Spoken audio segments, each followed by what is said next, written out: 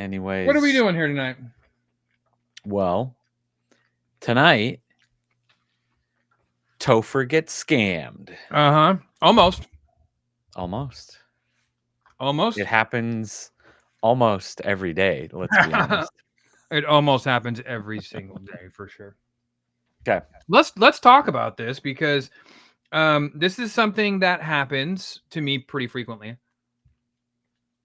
Yeah. Not all the way, but did you know Chick-fil-A in Folsom East people was shut down? Oh, Jesus, my mom. Honey, did you know that the Chick-fil-A in Folsom is shut down? I wonder what happened. Oh, just a remodel. They got scammed. That's good. No. I mean, the remodel, not getting scammed, I guess. Okay. So start with the story. Let's tell the story first. Yeah. Yeah. Let's go all the way back. Maybe we start with like, hey everybody, this is the SideQuest Strategy Podcast. Welcome in. Welcome, Bilbo Teabagged. Yeah. What's up, everybody? Welcome to the what is it called? Yeah, that's how it should start. Yeah, right there. Wait, what are we doing again? This is anyways, welcome. This is the Thursday night SideQuest Strategies chat. It's like a fireside chat that Devin and I do here. And we talk about this is the one time that we've set aside to talk about content creation and all the things that we have learned over the last, you've been doing it longer than me, so you've learned substantially more, but like all the stuff that we have learned in doing the processes that we've been doing for the last few years, we're here to share. Because if there's anything I've learned over the last few years, it's like what a feeling it is to be able to do the thing that you just absolutely love doing and like potentially make a living doing it. And a lot of people kind of don't get to experience that in their lifetime. And so, we've decided that we're going to get together, put our heads together, pool all of that information that we've learned and share it as much as possible with as many people that want to, kind of dip their toes into this. Because the interesting thing about content creation is like, it doesn't have to be video games. It doesn't even have to be videos. It could be written word. It can be spoken word. It could be stills. It could be photography. It can be video. Whatever suits your style the best is the type of content you can create, revolving around whatever content context you want. It doesn't have to be video games. It could be horses. It could be cane sauce, which is delicious. Yeah. Yep. And the other beautiful thing about content creation and creating communities like this is that none of this is a zero-sum game.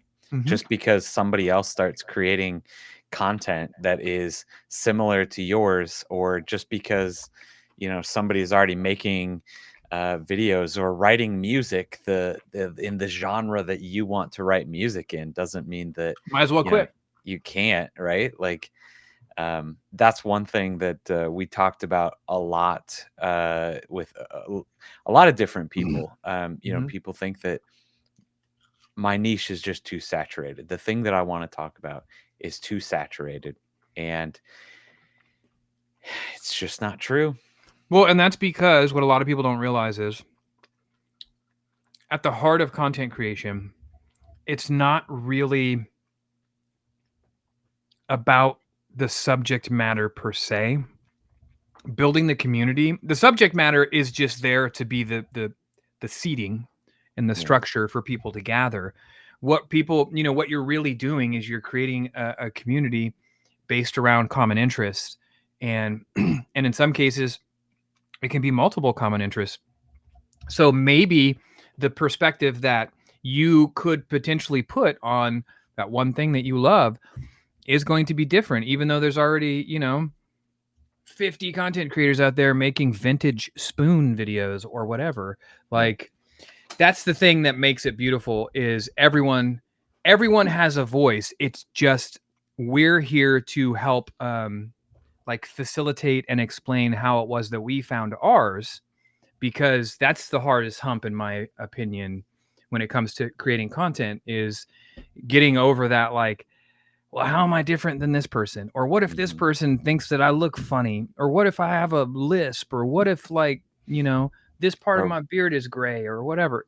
or what if a random person in another country sends you an email asking for your username and password? What You do you give it to do? them every Right? time. Yeah, so we're here to help out with, some of these questions because we've had these questions, we've talked about these questions, we've researched these things over the last, however many years, and, we just wanna try to help, everybody else that wants to try this out. So, Yes, because even though I have released, I don't know how many videos at this point, 4 or 5,000 videos or something like that. And I've had the good fortune of being able to work with some really cool brands, and like I get to talk to people in the industry. I still am finding out that about half of the ones that contact me aren't real. And this is something I was not prepared for. I I think it's probably more than half. You think it's more than half? So you're I saying I'm look having conversations with not real people. No, I look through the spam emails, and Thank I God I don't think got you. I don't think you do that. I don't. There's a lot of not real emails. Mhm. But the thing that's really tricky is some of them are very convincing, Yes. which we're going to talk about one that was very convincing to me this week in a minute. But it's as far as like there are brands that I work with currently that I then get new emails from wanting to work with me again. So it's like Razer is a really good example. Um, I work with Razer. I have a great relationship with Razer. And somehow this week I got an email from Razer wanting to work with me as a creator. And it's very hard to decipher. The first couple times it happened to me, thank God I had already kind of partnered up with Devin and was like, dude, check this out, man. This company wants to work with me. It's happening. Oh my God. And he was like, And and I'm like, you idiot. This is why fake. why is the the CMO director of marketing at Razer emailing you from, 20 random characters at A Gmail account. gmail.com? Like, Mhm. what why is that, Yeah. why is that the email address that they're using? Well, my point here is, and this is what happened to me. You see something like that and you get so excited about it Yeah. because we have worked so hard to get to where we are, and it's like it's always a dream when you do something like this to be able to work with somebody that you would love, a company that you love, or another creator that. And so when you see something like that, and this is what they prey on, it's I remember this was probably 2 years ago. This was before we had met, actually. And this camera here is my Z6 II Nikon I shoot with, and a couple of my cameras are Nikons. I like Nikons, and I got an email from Nikon. This was like 2.5 years ago, probably when my channels were like much smaller, and it was like, hey, we want to work with you as a creator. We're gonna send you this catalog. All you gotta do, don't share it because these are the new cameras that nobody's seen yet. You just open up this catalog, select what you want, let us know, we'll send it to you, and then you make a video for review and stuff. That was fake. Luckily, when I went to open the catalog, this was like, let's say this was 2023 or whatever year it was.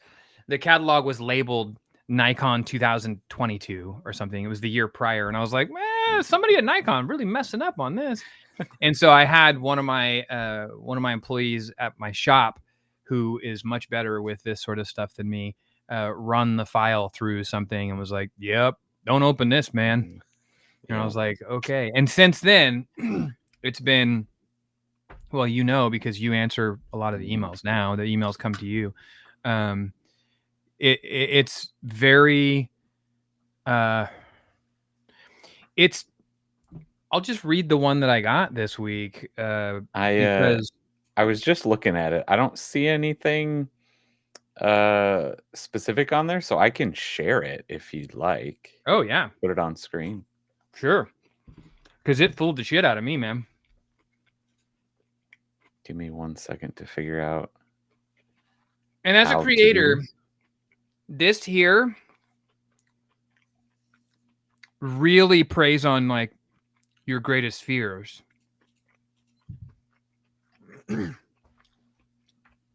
Because as a creator, you're always worried, right? That you've used somebody else's song or somebody else's art, and you're going to get in trouble for it. So check this out.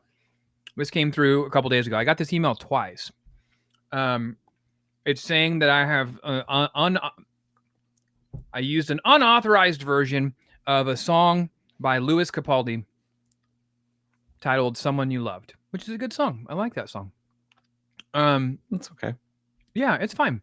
And it's saying we represent, what is this? Gibson, Dunn, and Crutcher, Ashton Kutcher, Yep. LLP, and they've identified copyrighted audio with something in there. And if you scroll down further, it gets even more serious. Where was it? Yeah, you have no later than 5 p.m. General Mountain Time on November 15th. You must permanently remove all unauthorized content. Cease further. Can't use the video anymore. Got to take it down. If not, then does it say further at the bottom? It doesn't on this email. But it was like, we're going to sue you for $15,000. And I was like, shit, man, Louis Capaldi is not fucking around. Like, my first instinct was like, what a dick. He's going to come after like a small creator like me. Like, that's shitty. And secondly, I started thinking to myself, I'm like, I didn't use a Louis Capaldi song in any of my videos. Yeah. Not to mention on Facebook. So that's weird. And so like my slight panic in my brain was like, oh shit, well I better go to Facebook and figure out what video this is and just get rid of it so I don't have any problems. Because it's so, I mean, you look at that there, look at the sign off there. They even leave an email and a phone number, which seems very legitimate, right? Yeah. Like, this one looks pretty legit, right? yeah. And I think this is one of those things to just, you have to be aware of. And like I was telling you, the bigger you get as a creator, the more work that people are going to put into different emails and different methods of scamming you, to try to get, whatever they can from you. Um, not to mention, I think somebody in chat already mentioned it too, that AI is not helping this situation either, right? The more advanced that AI is getting, the more convincing this stuff is, the easier it is to churn out, right? Like anybody can just type in a single sentence and generate something like this, versus having to try to write it all themselves. You don't have to doctor it up anymore, right? So it's It's only going to pretty get wild. worse. Yeah. And so I had a minor little mini like panic where I was like, man, I probably should figure out what video I used that was unauthorized. And so if you scroll down, it has a it has a file, a PDF or whatever that you can click on there, the cease and desist PDF. And in that PDF is a link to the video in question. So I was like, well, at least they're going to give me the video so I can just go and delete it. And I was like, oh, wait a minute. I'm going to send this to Devin first. So then I sent it to you. And after I sent it to you, I then did if you scroll back to the top and look at the email, I was like, oh, let's take a look and see what email this came from, Oh yeah, which you can't see, but it was a yeah. random ass like Gmail account. Gmail, yeah. And I was like, oh, okay. Only a That'll scammer do would it. call a scammer a scammer. Yeah. So yeah, um, I don't know what that would have done if I would have clicked on that. I was on my phone, so it probably wouldn't have Yeah. done anything, honestly. Yeah. Luckily, I don't think a lot of these are targeted towards phones. As far as attachments are typically a pretty big red flag, right? Like don't click Mhm. on any links, don't click any attachments. But Yeah.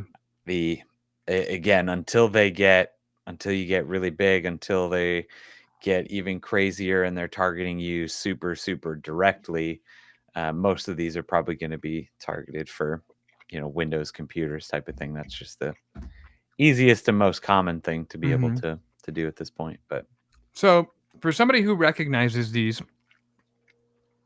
frequently in my inbox, for anybody here who might be wondering, like, what's the sort of thing to look out for? Like, what is a telltale sign other than the obvious Gmail mm, email account?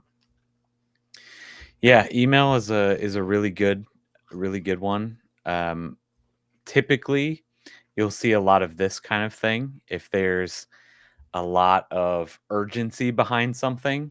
Mm-hmm. You have to do this as quickly as possible. Um, you'll see a lot of language that talks about just, there's no Citations and shit. well, there's never a lot of gosh, what's the word I'm looking for? There's no like negotiations about it. There's just like this is the demand. Like you have to go and do it. Typically, you'll see a lot of bad grammar and misspellings. But again, Yeah, I think that's one of those things that is going to AI go is. away really quickly with AI at this point. Um, the other thing is just like this, like just click this link real quick. Just do this. Like nobody's just gonna email you out of the blue and tell you to download an attachment. If they Well, are like that's just not that's not a great thing. right. And the other thing that you pointed out, and that multiple people have pointed out to me, after the moments after my brain settled down and was like, okay, I'm probably not going to get sued, is the platforms already do this. Yeah. So if I use something that was copyright protected on any of these platforms, it would have already removed it and told me. Yeah. I'm only allowed I can get a copyright strike on YouTube or Meta or even TikTok. I've gotten them on TikTok before. Hmm. So if something like this if this were true, I would have already gotten the notification from Meta in this case, Yeah. um, to not even to remove it, that it's been removed. Yeah. It's been yeah, Yeah. exactly. But my live streams on YouTube, when I do stream normally and I'm streaming on YouTube, most of the time are partially blocked anyways because I'm using game audio. Um, Everybody that we play with, and I don't have streamer mode on when we're playing Fortnite because I'm Mm, like, I'm not really making money on these streams. yeah. So I'm not super worried about it, and I want the audience to enjoy the authentic experience of Fortnite or whatever it is that we're playing. So a lot of the time I won't turn streamer mode on. And maybe Good. in the future I will. But because of that, I do get blocked in a lot of territories. Hmm. And even when I play music afterwards, if I'm playing a cover song, Oh yeah. sometimes it's like I'm not It'll get blocked, kicked out. but it'll be like it'll be like revenue sharing. Yep. I'm like, cool. So Backstreet Boys are now going to get 5 cents Yep. out of the 10 cents that I made on the Uh, stream. Yeah. yeah. So this Interesting. is I think just one, example. There's a lot of different examples. The other thing that, you get into inbox, and luckily most of them go to the spam inbox, but there's email after email after email just saying, hey, we want to work with you. We want to give you $5,000 to make a video about this product. Mm-hmm. And that's another sign that a lot of times, if it seems a little bit too good to be true, it's Mm-hmm. probably too good to be true. Yeah. It's an age-old saying for a reason. Yeah, right. That's definitely another sign when it comes to something like that. But the good thing is there's obviously ways to recognize these like that, and as long as you're paying attention and try not Yeah. to click anything, just don't click on any links. Yeah. Don't open anything Yeah. because I don't know. I'm assuming the goal of this email here, my infamous Louis Capaldi email, was to get me to open that Yeah. attachment and click the link. Yeah.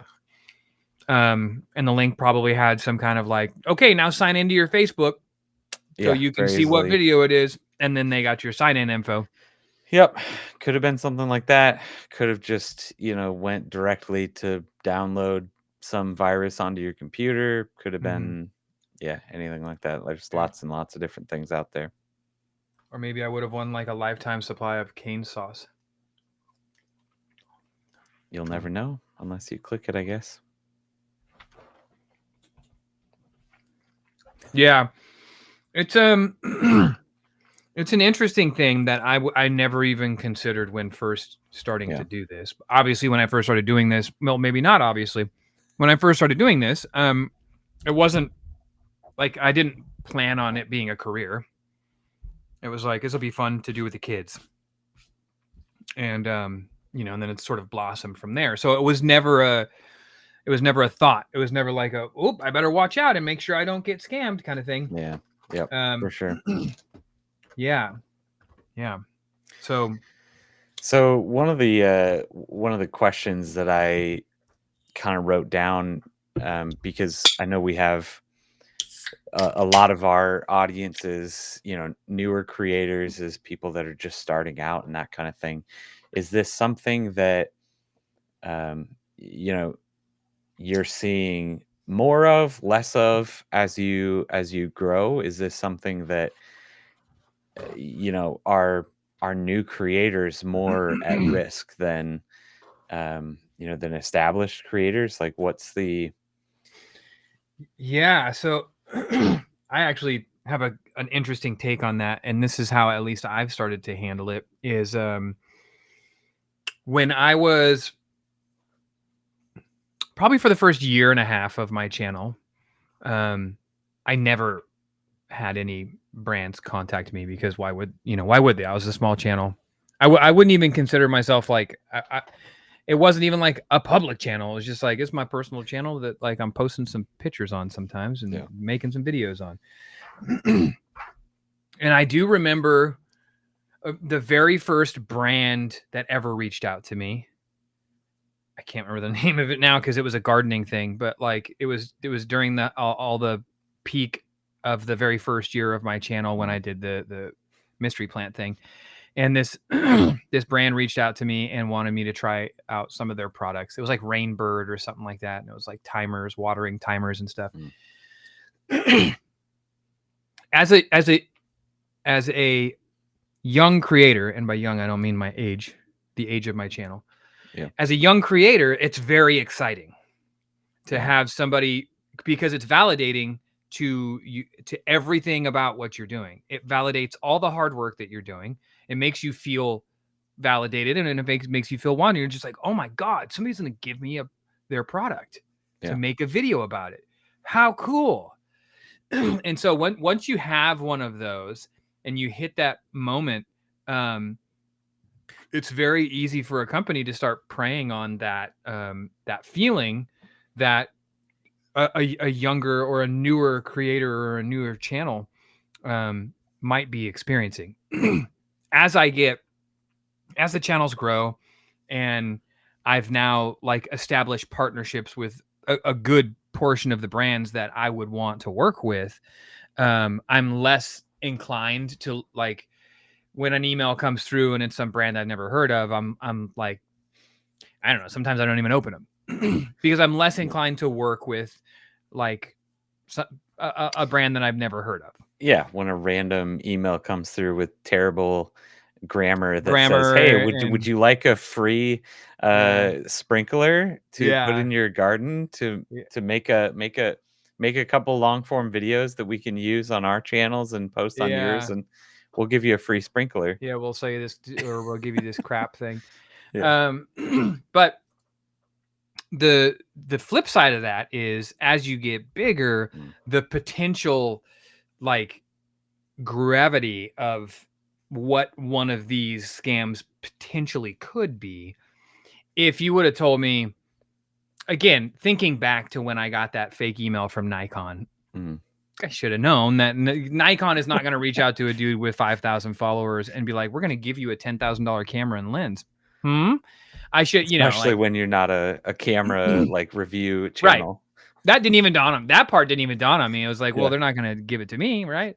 But as you get bigger, um, it becomes more believable when a brand, when a larger Yeah. brand, especially when it's a brand that you really want to work with, Mhm. reach out. There's been, like I said, it recently, there's been a couple of times where I've had brands reach out to me and try and establish a relationship, and I've already got a relationship with Mm. that brand. Mhm. It's happened quite a bit. Matter of fact, just about with every major brand that I work with, it's happened. It happened 2 days ago with Razer. Yeah. It happened just like a week ago with Nixie, or a couple weeks ago with Nixie. Like Mhm. these brands, like, and I'm like, should I screenshot this and like send it to the brand? Like they don't care. I guess it's Mm. not their problem. Yeah. But again, on the flip side of that coin, then it becomes more believable, and I feel like the potential trouble that you'll find yourself in one of those level a scam would Yeah. be far worse than the cheap Chinese sprinkler company that's just looking to, like take you for, you know, you got Yeah.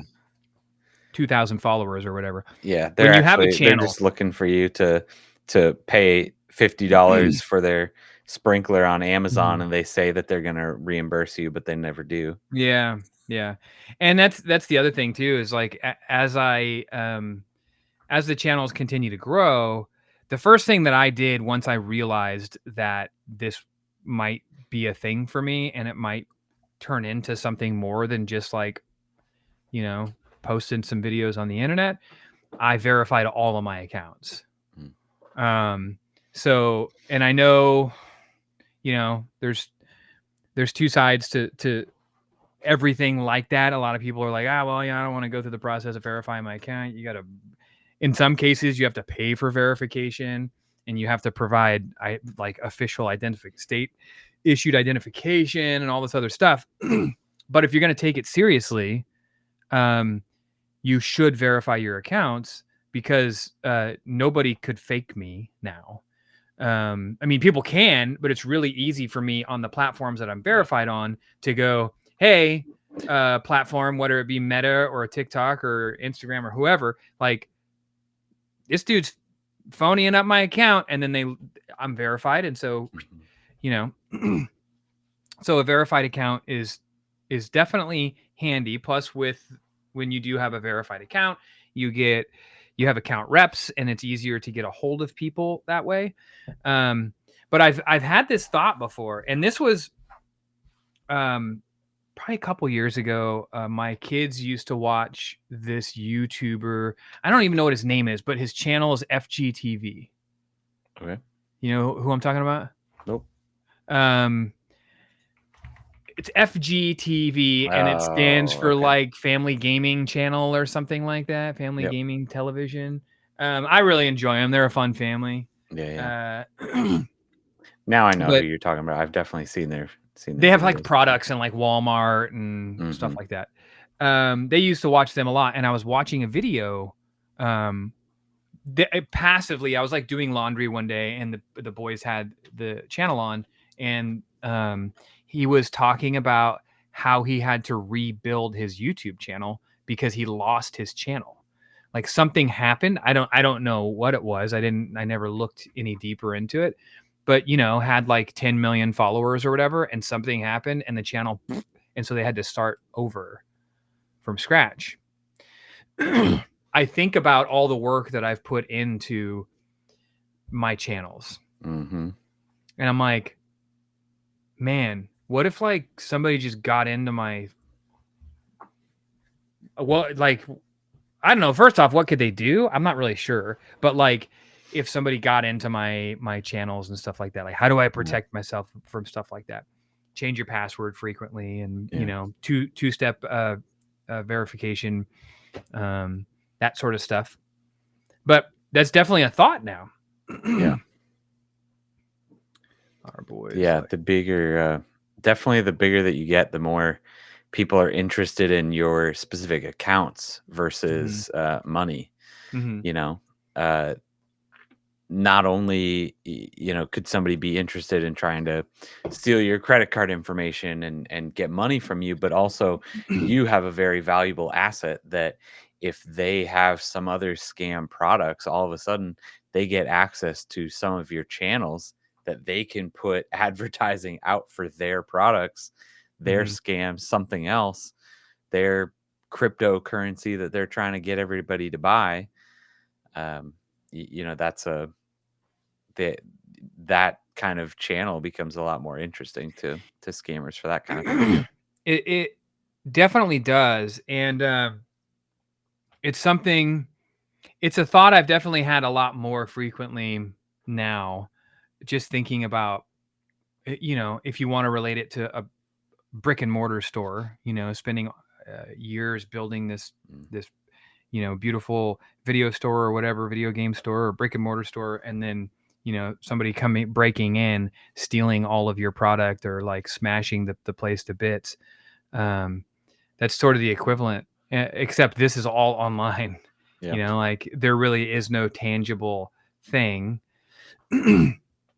And it's a very still sort of like Wild Westy a little bit, when it comes to like how to handle that. Like Mm-hmm. how do you thinking about that sort of stuff is like, oh, that's interesting. What do you do in that instance? I don't know. It's what's up, Hard Hat? How are you? You don't like Mr. Beast? I don't know. Mr. Beast is all right.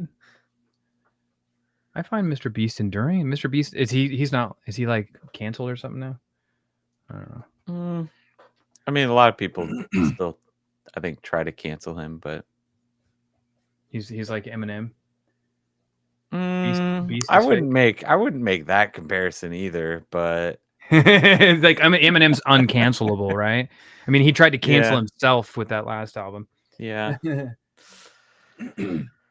Uh,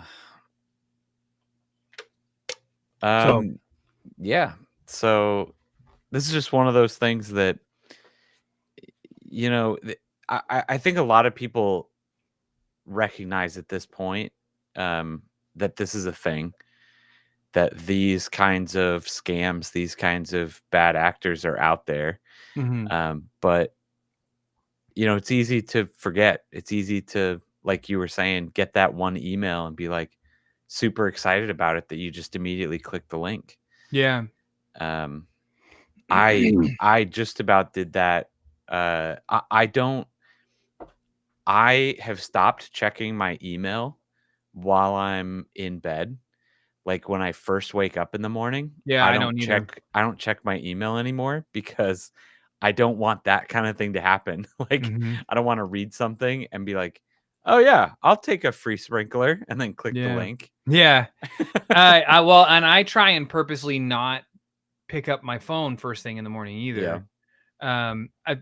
Usually what I'll do is I wake up, and because I do run a business separate from this, and so the first thing I do is look at my phone to make sure Yeah. that the alarm company hasn't called, or like something's not on fire. And as Yeah. long as I don't have any missed calls or texts, I don't check anything else. I purposely put it back down, and then I'll get up and wander about and try and help, get the boys ready. And then once I'm fully awake and aware, Yeah. I'll usually start like looking at emails and stuff. But I do the same thing. Yeah. Trying Uh, to do that. Total Trek just actually asked a fantastic question. What are some of the things that you do if you do fall for that scam? If you do click the link, if you do download the PDF, the attachment kind of thing. Yeah, And there's a that's a great question, and there's a lot of things that you can do, but it really kind of depends on what the exact situation is. It depends if, again, you were on your phone versus on your computer when you did something. It depends if, like, is this one of those things where you click the link, it asks you to put in your credentials for your account to verify something, and you did that? Or did you download the attachment and there was a virus in it, right? Like, there's a lot of different scenarios that can happen and different things that you should do. Um, One thing that, again, Chris already said is the best thing you can probably do is have two-factor authentication set up on everything, so that even if your password does get out there, even if somebody installs some sort of malware on your computer that is able to grab those passwords, they still can't get into your accounts. Again, that's a preemptive measure. That's something that you should have done beforehand. After something like that happens, the first thing you should try to be doing is probably changing passwords, for sure. so that even if you have the two-factor authentication on there, you still just change the password. It's just Yeah. one of those factors, you change. How Um, do we feel about the Authenticator app? It's what I use. yep. Um, and I'll be honest with you, before I started before the channels got really big and I really started worrying about this sort of stuff, I used to think two-factor authentication was a pain in the ass. It's just like, Oh, it oh my is. God, It is a not pain in it. again. I That's I can't sign into Twitch yeah. at, at all without pulling up the Hmm. Authenticator app. Yep. I have to, but at the same time, how much do I It's care just about it? Yep. It's just one of those necessary evil kind of things. Yep. So that's definitely one of those things that I would do, is sign up for two-factor authentication wherever you can. Um, if something happens, if you click a link, if you download an attachment, again, if it's on your computer, disconnect from the internet as quick as you can. Run your antivirus software. Um, again, change your passwords. Um, Another preemptive thing, don't use try not to use the same password for anything if you can help it. Yeah. Again, password managers are your friend. I still don't understand how people in 2025 aren't using password managers. Like, blows my mind when I have legitimately like 500 credentials in my password manager. Like, how do you guys not use password managers? Yeah. Like, it doesn't make sense to me. So definitely, I mean, even if you didn't want to download and do a password manager, most like Android, I'm sure Android probably has them, but the iPhone like has a password manager built oh yeah, into it. yeah, it's built in. Android probably Yeah, does. yep, It's it's something that you should be yeah. um it's something that you should be doing anyways. And on the topic of um just to touch back on it real quick, on the topic of verified accounts or doing verified accounts, having a verified account. This is a question that I get asked pretty frequently because I have my accounts are verified. When I first started and got to a certain level, I want to say I was probably around 20,000 followers, maybe right in that era on or that range on Meta or on Instagram. Mhm. Um, I started looking at like how do I get one of them? At first I was like, how do I get one of them blue check marks? I want one of them blue check marks. That's cool. That's how people take you seriously and shit. And they offer it. You can buy it. You can buy verification.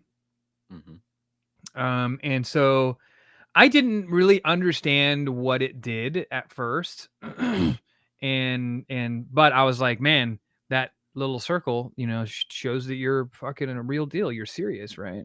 And so I was like, well, I'm gonna buy it. So the very first verified account check mark that I had, it's a subscription. You subscribe to like this verified account, and the amount of people and brands and safety and all of that stuff that come with that, even if you are paying for it, in my opinion, from somebody who had that early on, is worth it to me. Because if you're going to take what you do, if you're doing this and you're taking it seriously and you want to take it seriously as a path for a career, those are like the steps that, it's like, do you want, one of the very first things that I did when I realized that this was going to be a career path for me, and this is what I wanted to do, was I ditched the Gmail account. Because again, how do I know when an email is fake from a brand? It's a Gmail account. Mm-hmm. Or some Yahoo or like .it, whatever that other ITH, whatever. Mm-hmm. So the first thing I wanted to do was buy a domain, and they're cheap. Like, you can go to a million different places. I think I used GoDaddy. Bought Tofre.net because some fucking asshole was already sitting on Tofre.com. They're still sitting on it today. Mm-hmm. I waited too long, guys. But I bought Tofre.net, and now when somebody gets an email from me, it's chris@tofre.net, and it's like that's how you know somebody's serious about something. When I deal with like big brands today, or I deal with like other large creators, and I get an email that is like a Gmail extension or a Yahoo extension or something, or in some cases an AOL extension, I'm just Hotmail. like, yeah, how are you taking yourself seriously right now? Like, unless this is a hobby, which is totally cool also, but if you're going to take this seriously, like, come on. Like, what is a domain cost? I think my domain might cost me $50 a year. Oh yeah, if you're paying $50 a year, you're overpaying. Well, I'm also paying for multiple email addresses. Well, sure, okay, yeah. I mean, a domain name by itself is like $10 or $15. $9.99 a year, I think, for through GoDaddy or whatever. Yeah. Which that's definitely what I would suggest. And but again, that's if this is every time we're here on Thursday. Let's clarify this. We are talking to you, the audience, as if you are somebody who is looking to do this as a career path or for a living. And so that's the advice angle that I'm always coming from when talking about this sort of stuff. Obviously, if you're, just looking to post for friends and family and have fun, that's something, totally different as well. But that's always my suggestion. If you're gonna do it, take it seriously. Sub to avoid the ad. Nice. Is the check mark a one-time fee or a monthly? It is a monthly fee. It's a subscription. And with that subscription comes a lot of perks, to be honest. And again, anybody could go buy a verified account. Anybody can verify their account. Mm-hmm. But think of it like this. Think of it like, for those of you who have already gone through the process of getting a real ID, it's similar to that. They ask you for verification. So you have to upload a government issued identification. You have to verify your home address. You have to verify your email address. And you also have to have your legal name as your account. You can have, your, like, mine is Topher, but if you look at my account, it's Christopher Adams. It has to be, and then your profile picture has to be an approved picture of you. And when you change said profile picture, you have to run it through the approval process again.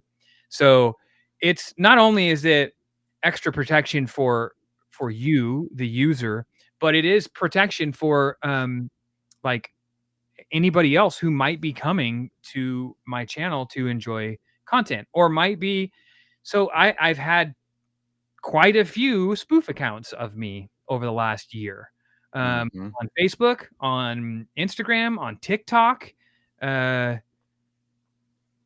think those are the only ones, but like they're multiples. It's not just one. It's Yeah. multiple accounts, and it happens. It kind of happens in waves where like 3 or 4 will pop up like consecutively. Um, thank God that for a lot of you guys in the community, usually tell me or send me like, "Hey, is this you? Did you start a new account?" And it's like a photo of me, and it's like my headshot and like my name and all this other stuff. And people sometimes are even like straight up ripping the videos and posting Oh, yeah. them.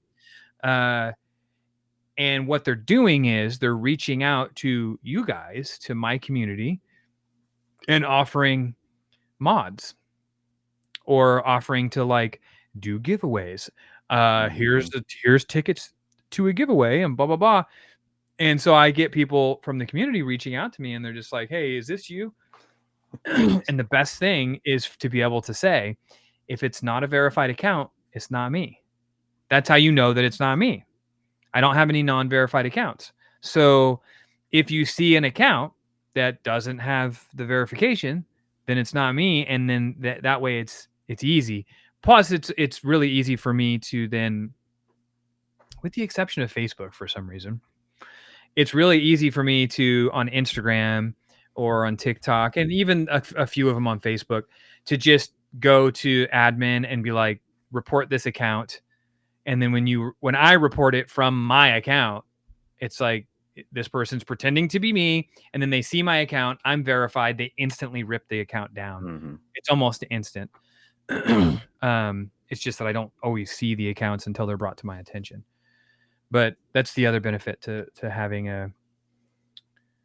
Oh, right, Adam. Somebody made a fake Discord account too. Somebody spoofed me on Discord as well. That was the It's other one. crazy. Yeah. Yeah, it is definitely deep. Yeah,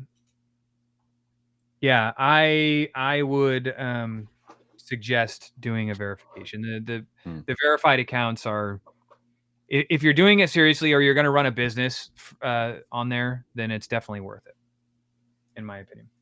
Cool.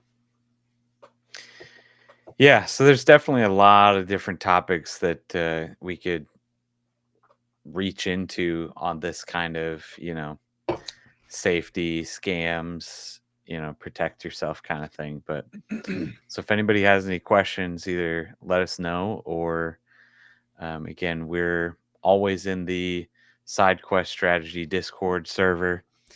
Um, more than happy to help out with any of these questions Just that remember, anybody has. can prevent forest fires. Oh no, that's not, near mine. Okay. Smokey the Yeah. Bear, man. As long as you're joining the right Discord server. This would be a good question for Devin, actually. Yep. Ashton McCants asked, "How do you feel about generated passwords?" I First off, I just want to say I love passwords. Like, I could probably do an entire hour long episode about podcasts or about passwords. Devin is a geek. Um, yeah, passwords is one of those things for some reason that has just always got me excited about it. Just the psychology that goes in behind them, just the secrecy. Like, it's everybody's little secret. Everybody has a little secret about their password. Um, generated passwords, as long as they are generated from somewhere that you know is safe to be generating them from, is probably the best way to do it. Because if you don't know what your password is, you can't accidentally tell anybody what it is. I can't tell you what my Facebook password is right now. I'm not going to let it slip. It's not my dog's birthday. It's not my anniversary. I don't know what my Facebook password is right now. Yeah, it's like that's a very valid point that I've never really thought about. Yeah. If it's a generated password, then even you don't know it, Yeah. which is one of the reasons why I typically stay away from generated passwords because Yeah. I'm like, oh God, Yeah. I don't want to have to like sign, especially when it's an Apple generated password and it's like Mm. 50 freaking characters with Yeah. dashes, and X's, and Yeah, every single one of my passwords is I usually go to 30 characters is what I go to. Just because it's just like that little bit of like overkill that you're like, it doesn't need to be 30 characters, but might as well. yeah, yeah. I mean, the biggest thing for me when it comes to passwords is like I hate having to like sign in to a new something on a new device. Mm, And it's just like my PC here, my yeah. gaming PC. Um my all my passwords, are in my password manager here. But obviously this is has zero link to this PC. So like, you know, signing in to any one of those random accounts. Also, sometimes the at least the Apple password manager is not like, I've put this in here before. Why is it not Yeah. auto populating anymore? I don't. Mm, Yeah. And it just seems so, it can be, passwords can be frustrating. yeah. If anybody needs any suggestions, I've been using LastPass for as long as I can remember. Absolutely Explain love LastPass it. real quick. It is a they have a browser extension. They have a phone app, so that whenever you are, so like I have it syncs between my phone and any computer that I'm on, so I can always access my passwords. Wherever there's a website, that you can go to. It syncs through their servers.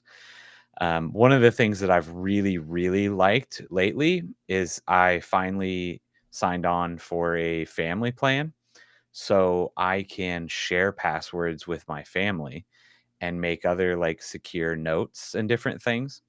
So, like when we have passwords like our Disney Plus password, I can share that with the entire family so that it's still in the password manager. So I don't have to go and type it in for the kids. I don't have to make it something easy that they know what it is.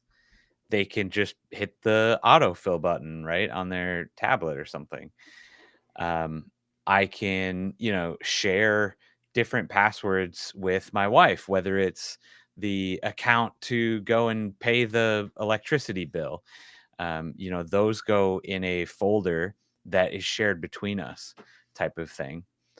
How Um, does something like LastPass work, or maybe doesn't work on like an Apple TV? I don't think they have an Apple TV app. Yeah. You'd have Okay. to, yeah. Because I mean, Most, Apple TV is something that yeah, I have a lot of passwords for because I've got yeah. everything on it, right? Like, I don't have any experience with the Apple TV, but my experience from the things that are on TVs, they have like the QR code now at this point true. where, yeah, you just have to scan Makes it it. You easy. sign in with your phone, Yeah, and yeah, then that's true. so Hmm. Well, there you go. LastPass. yeah. Key But pass either is my way, that's also kind of one of those things that like even though they don't have an app for your Apple TV, like okay, you have to type it in once to set this up, and now you're good for the next like 5 years. Like yeah, or maybe until the just power goes out and then for some reason yeah, I don't know what it is about Netflix sometimes, or like I can't tell you how many times one of the Apple TVs in our house is just signed out of one of the yeah, Hulu or Netflix or one of something for them. like Yep. 2 months because for some reason it signed everybody out, Yeah. and then nobody signed back in, and it's just like, oh Yeah. yeah. I have a Yeah. love-hate relationship with passwords. Eldritch Tortoise said KeyPass is another great password manager. One of the nice things, and one of the things I know a lot of people like about KeyPass is they have that's a local storage versus LastPass is in LastPass servers. So everything, all the passwords and everything are stored on LastPass servers, where something like KeyPass is all stored locally on your device. So Mm. it's probably theoretically a little bit more secure, but it's a little bit, again, less accessible. Yeah, that would be a big deal for me. So I think I might that's just rage one of out. those. Yeah, it really just comes down to the amount of security that you actually want versus the convenience that you have when it comes to that. Yep. Yep. So Cool. Well, I mean, that sort of touches on what I wanted to touch on this week.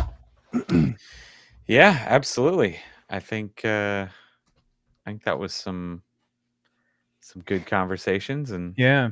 hopefully You know what everybody. I would love to do, Devin? Uh-oh, Mm-hmm. not again. Yep.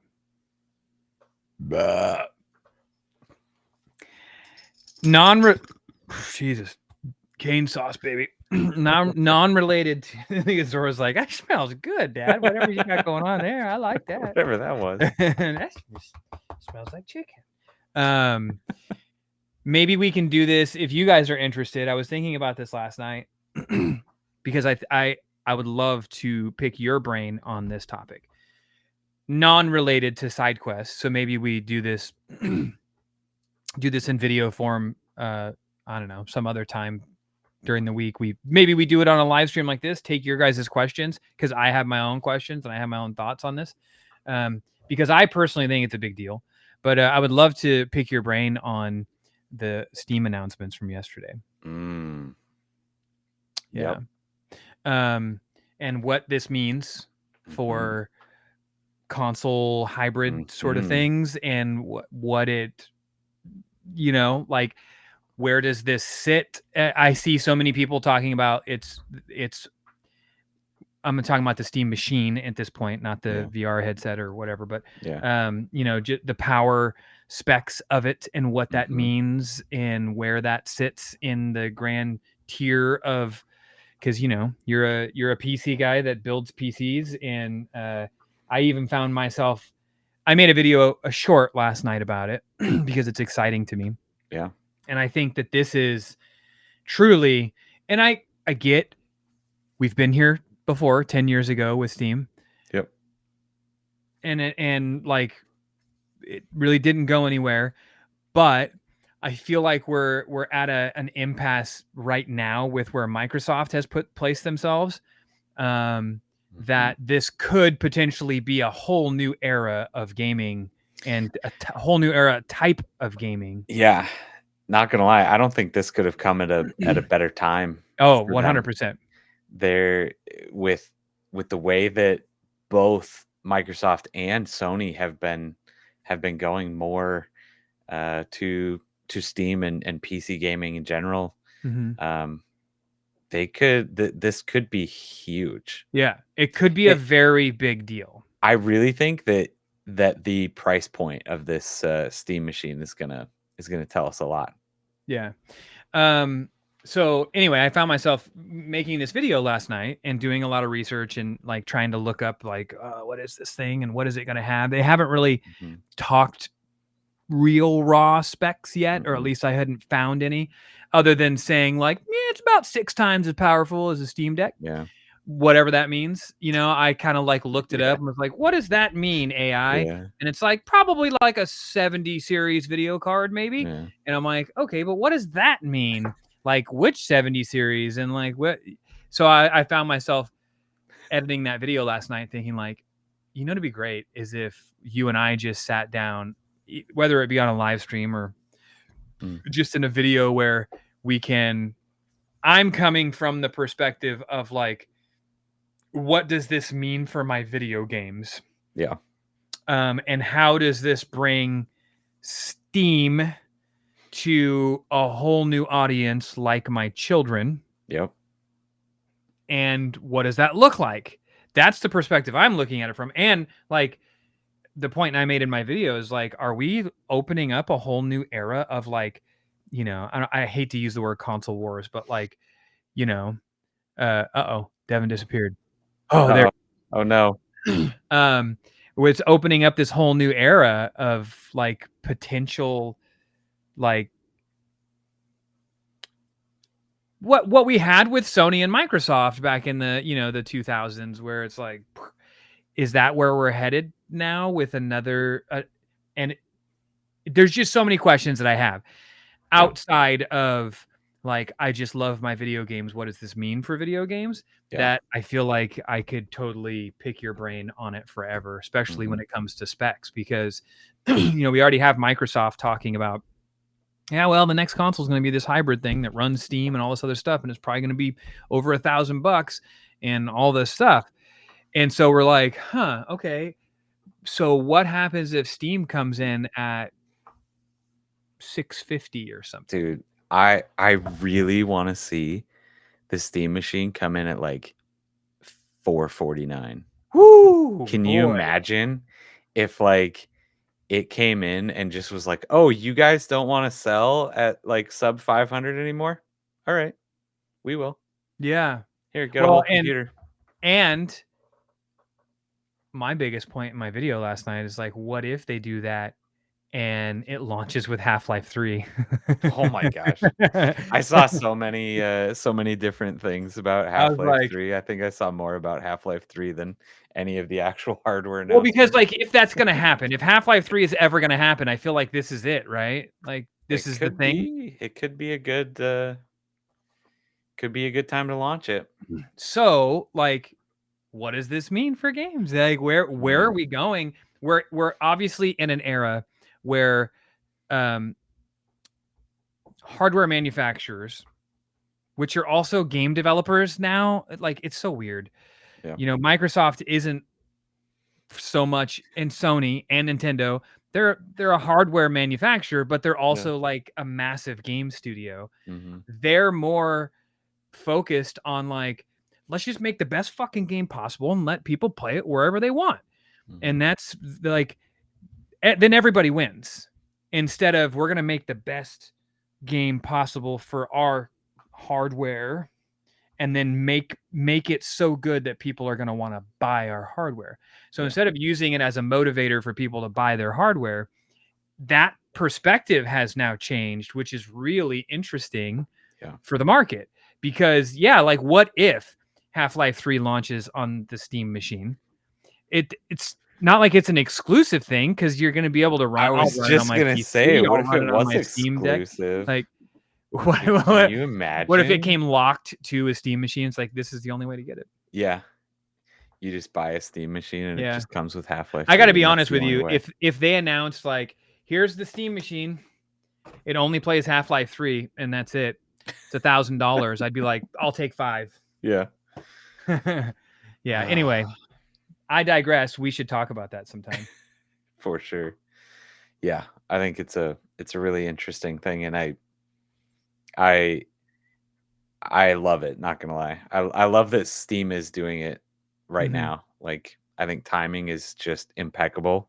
It's almost like it was. But I really think that they have it's all gonna come down to pricing on it.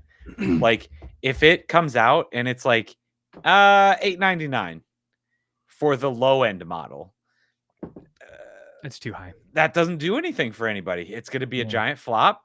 The Valve, fanboys are gonna go buy some, and that's gonna be it. Yeah. But I really think if they are super aggressive with price, like, Yeah. this could be huge. I Could think be it's really interesting. the hook for my video last night was almost, we're living in a simulation and here's proof. And then just like, how does this all lay out so well? Yeah.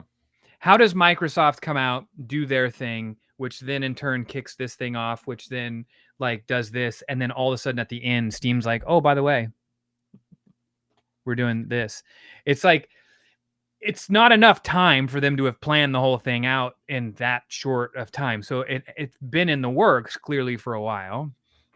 But like I just made a video like 2 weeks ago about what happened to removable faceplates on consoles. Man, I miss faceplates. And then here Valve comes out and announces this Steam Deck or a Steam box that looks like a GameCube that has removable Yeah. faceplates.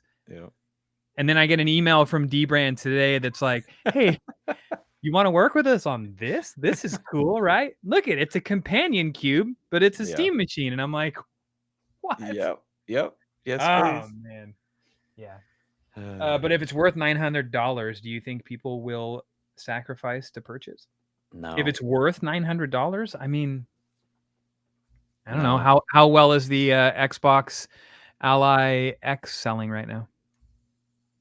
I Do we know? mean, Is there like anybody can go and buy a gaming computer for up to anywhere between 500 and I was gonna $5,000. say like I think $1,200 gets you a pretty decent gaming rig right now. Oh yeah, for sure. For So sure. Yeah, I really I don't think, especially the way that they've marketed it so far. The way that they're marketing it as a console, mhm. I that's not the way that people think about consoles. They're not gonna people aren't gonna see a $900 console and be Nope. interested in that. Nope. But if Steam, Valve, Microsoft, Asus, I guess, because they're sort of partnered with them. If they're all sort of doing this thing together, where it changes the mindset of what a home video game console is, and it's less about this is a console, and then no, it's more of a like a hybrid. It's a PC console. Mhm. Then like potentially, it's sort of like that old like um I'll pay $40 for Stardew Valley on Switch, but you better not charge me more than fucking $5 for it on iOS Yeah, because it ain't worth it. And it's like, well, it's the same game. What do you mean it's not worth it? How is yeah. that possible? But that's the mindset of people when it comes to mobile gaming, and I feel like that's the mindset of people when it comes to consoles. Consoles aren't supposed to cost any more than now more than $500, but like Okay. now Microsoft is saying, like rumors that we might have Mhm. $1,000 console or whatever. Yeah. Sony just introduced a PlayStation 5 Pro that was what was that thing? $700-$800, something like that. Mhm. Yeah. So if they can change people's perspective on it, then Mhm. I feel like there's a chance, maybe. I don't know. I think it the I feel like half the reason why things are getting so expensive is because so many people are getting 4K TVs at this point, Yeah. and the power that you need to run these big brand new games at 4K and higher frame rates is going crazy. But so I don't know if Valve can make and optimize their system to run some of that, like they were talking, that they can run these games at 4K and they can do something special with less hardware. Then Yeah. I mean that could be a game changer, but I just don't think that. And again, I think that the other part, again, they're marketing it so much as a gaming console, when at the end of the day it's a computer, which But it's not modular though, right? most likely will not be Because I super thought that's the interchangeable. research that I did was like hard drive. That's it. Yeah, I was gonna say that would make sense to me. Yeah, but as far as like functionality wise, when you like log into it, it's a computer. It's running Steam OS by default, right? But it's a computer, just like any other computer. Mhm. Um, which again probably puts you more into the ROG Ally and the Lenovo Yeah, Legion type exactly. of category, where it's like this is kind of a gaming console first, but it's running. Windows, so it's kind of weird. Mm-hmm. Like, you've talked about that many times and how you don't want to give your kids your old ROG Ally just because it doesn't work like a gaming console all the time. Yeah. So I think that with Steam OS on it, it feels a little bit more like a console because you're a little bit 100%. more tied into that. But at the same point, like, it is a full-on computer, so you could do some of that other stuff if you wanted to, if you're capable of doing it, if you want to do that sitting at your TV in your living room. It's like kind of this weird feeling to me that I don't know, it could go either way. And that's why I think I hope that they don't say, well, it's a full computer, so it's worth $900. Yeah. Well, but that's not what you're marketing it as. If people are going to Correct. have it sitting in their living room, yeah, it's cool that it can do all that other stuff. You can pull up an Excel spreadsheet or you can send an email from it, but like nobody wants to do that No, from their gaming I console. don't. Yeah. I mean, we've seen console manufacturers dabble in that before, and it never works Yeah. out. Yeah. You have a good point, CTK, but you can build something better than the Cube for $500 if it comes new $500. Can you build a better mini PC? Probably not with new parts. Mm-mm. You'd have to go on the used market. Used market, you could, again, depending on where you're at, you could probably But build something. again, But then that's sort of like what you run into with the whole like the difference between like a Steam Deck and an Ally. So like, yeah, you can build something that's going to run. I mean, I guess you could install Steam OS on it, I suppose. But like, that's the beauty of what Steam has proven with, as much as I steered away from it for many reasons, that's the beauty of what that Steam has proven with Steam OS is they've basically built an OS that operates very much like a gaming console and not like a PC. So like I would give my kid my Steam Deck yeah, if I knew that, like, if he had a Steam account that was full of games, but I don't want to give him my Ally because he's not going to understand it. You yeah, can boot up a Steam Deck and it feels like a Switch, yeah. more or less. An Ally does not. Nope. So I want to talk more about that. Yeah. Sorry, I think we probably just spent more time talking about that than our That actual was topic. only 16 minutes. What? Why gotta do that? I didn't mean to. Good. I was just gonna grab it. Sorry.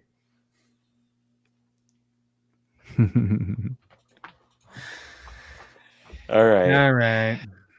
All right. Probably Better about than that the time. password chat. Yeah, we're past our time, so we're gonna hop over into the Discord. Thanks for joining another episode, another sneak peek episode at SideQuest Strategies. If you want to know more about this sort of stuff, you can find out by typing in !SideQuest into the chat, and that will give you the link to the Discord. And you should check if you're interested in this sort of stuff. You should definitely come check it out. Also, you need to change your link to the actual domain because we bought a domain now as well. Speaking of how cheap domain names are. There you go. See? Is it SideQuestStrategy.com. totaltrek.com? Oh. I want to buy that one. I want to buy that and sit on it. There you go. It's a good idea. Good investment right there. It is a good investment. That's how strongly I feel about it. All right, guys. We'll be back to regularly scheduled programming tomorrow night, Friday. I'm not sure what we're gonna play. Probably some Fortnite. We'll see. I'm still loving the Simpsons season. I want to get more of them big W's. Big W's. All right. All right. We'll see you guys over in the Discord if you're going to be there. If not, enjoy the journey, and we will see you tomorrow night at 7 p.m. Pacific time. Later.